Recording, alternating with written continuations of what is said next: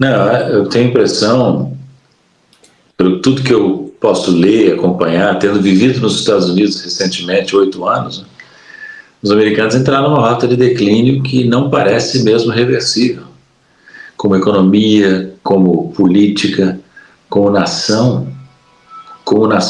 cultural, inclusive, né? Os níveis educacionais americanos, que nunca foram maravilhosos, estão caindo, pelo que me consta, né? Você tem a propagação da ignorância. Eles não sabem, nunca souberam, aliás, mas não sabem nada do resto do mundo. O americano médio não tem noção. É um país voltado para si mesmo e entregue. O seu resumo foi ótimo.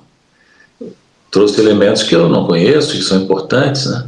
Sobre o funcionamento de coisas essenciais nos Estados Unidos. Né?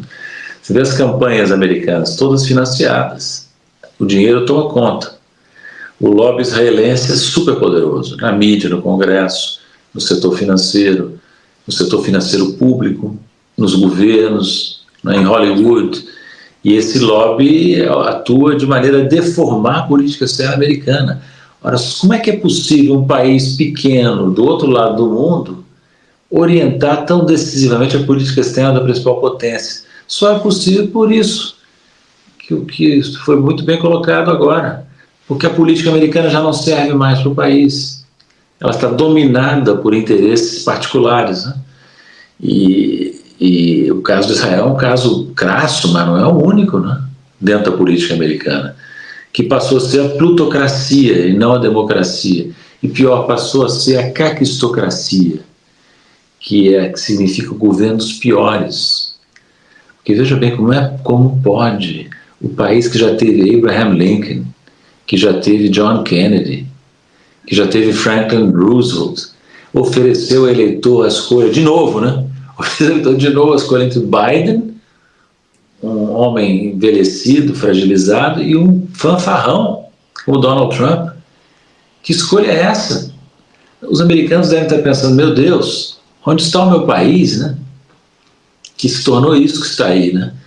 O mundo inteiro assiste embasbacado essa desorientação americana, né? E todos aqueles brasileiros, voltando ao nosso país, que se atrelaram espiritualmente, materialmente aos Estados Unidos, estão perdidos, volto a dizer, estão perdidos, não sabem como se posicionar. E já surge aqui uma nova casta, né? Que são os brasileiros querendo se aninhar no colo da China, né? Outro erro, né? A China é um outro país, não é o Brasil. Então, os brasileiros têm que se aninhar no colo do Brasil, serem brasileiros e pensarem no Brasil, e terem relações positivas ou não com outros países, conforme o interesse nacional brasileiro, que não pode ser nunca perdido de vista, né? Então, estão os americanos seguindo esse caminho, vamos tomar cuidado para não imitá-los, né? E o que eu lamento, sabe, comandante, é que o Brasil se especializou em reproduzir o que tem de pior nos Estados Unidos nos últimos anos.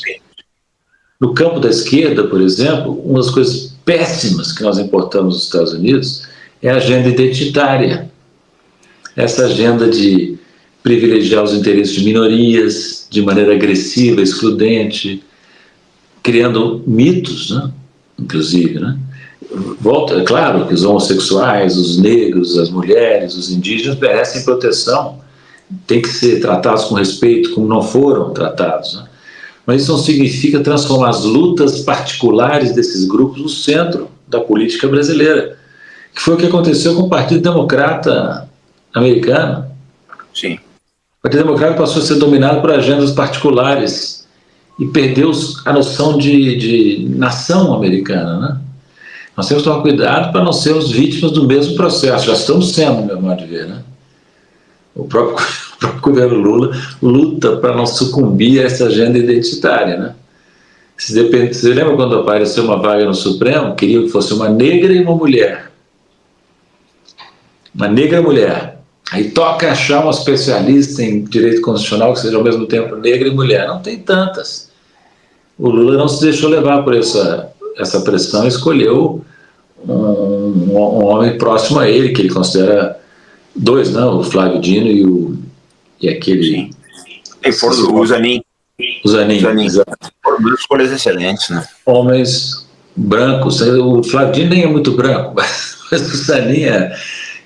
Mas é que tá, né, Paulo? O que precisa colocar ali é pela competência. Eu acho, lógico, a gente tem que criar na base condições para que as pessoas que estão marginalizadas, porque não é porque a pessoa... Eu acho o seguinte, não é que, para mim, você não tem que privilegiar essa pessoa porque ela é de uma característica identitária. Você tem que ajudar ela porque ela é hipossuficiente. Isso que a gente tem que fazer.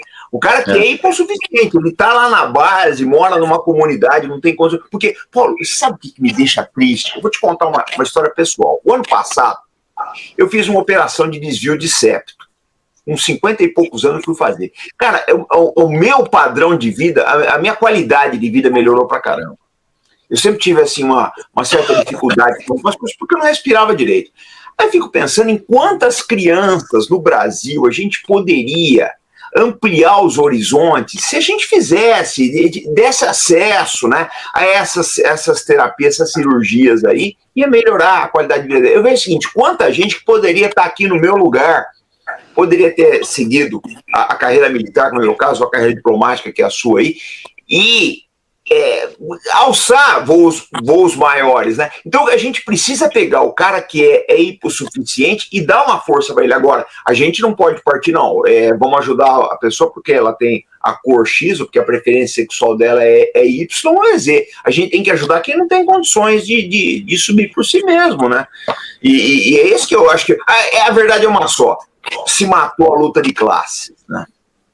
Se matou a questão sindical, a questão de... E essa agenda identitária leva as pessoas a perder de vista a geopolítica, o interesse nacional, a questão nacional, entende? Tudo fica subordinado a questões particulares. Veja bem, essas questões particulares são importantes. O que eu estou dizendo, e muita gente diz também, é que essas questões particulares de indígenas, mulheres, etc., não podem dominar a agenda política de um governo que se queira transformador, entende? As universidades não podem ficar subordinadas a isso também, a essa pauta, né? Senão você perde noção dos temas mais amplos que unem todos os brasileiros, entende? E eu me preocupo que, quando eu entendo os exageros das feministas, dos defensores dos negros, dos defensores dos indígenas, né? Mas esses exageros têm que ser combatidos também, porque eles alimentam a reação conservadora da extrema-direita, que se pega nesses exageros para estigmatizar os movimentos progressistas, entende? Então, eu tenho uma amiga que é muito inteligente, que é homossexual, e ela achando que eu tenho grande influência no PT, no ano passado, no ano retrasado na eleição, ela disse: Paulo, fala com os petistas para eles não enfatizarem a causa homossexual agora, ganhem a eleição e depois vocês os protegem. E as pessoas inteligentes homossexuais sabem que a causa deles é impopular. Então, se o movimento progressista que quer defendê-los se deixa dominar por essa pauta, ele se coloca de forma vulnerável na disputa eleitoral, entende?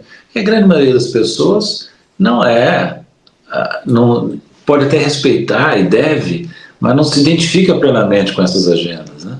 E é natural que seja assim, né? Então vamos deixar as mulheres se emanciparem, vamos proteger as minorias, sem dúvida, né? Mas até vou te dizer uma coisa, esse termo negro que se usa muito agora, não se pode falar mais outras expressões, é tudo negro, é meio ilusório no Brasil, porque no Brasil quase não há negros no sentido próprio, né? Negros retintos. Quando você vê um negro retinto aqui no Brasil, você logo desconfia que não é brasileiro. E você vai lá e vê que ele é, de fato, haitiano ou de algum país africano vivendo no Brasil. Porque a mistura brasileira é tal que praticamente não há brancos puros também, a não ser no sul do Brasil, onde eu estou agora. Mas, de um modo geral, todo mundo é misturado, né? Todo mundo tem sangue negro, tem sangue europeu, tem sangue indígena, e essa mistura é muito boa. Não temos que nos segregar em grupos. Nós temos que estar unidos numa sociedade que possa ser mais justa, mais próspera e mais independente. E não nos deixar fracionar por pautas específicas, sabe?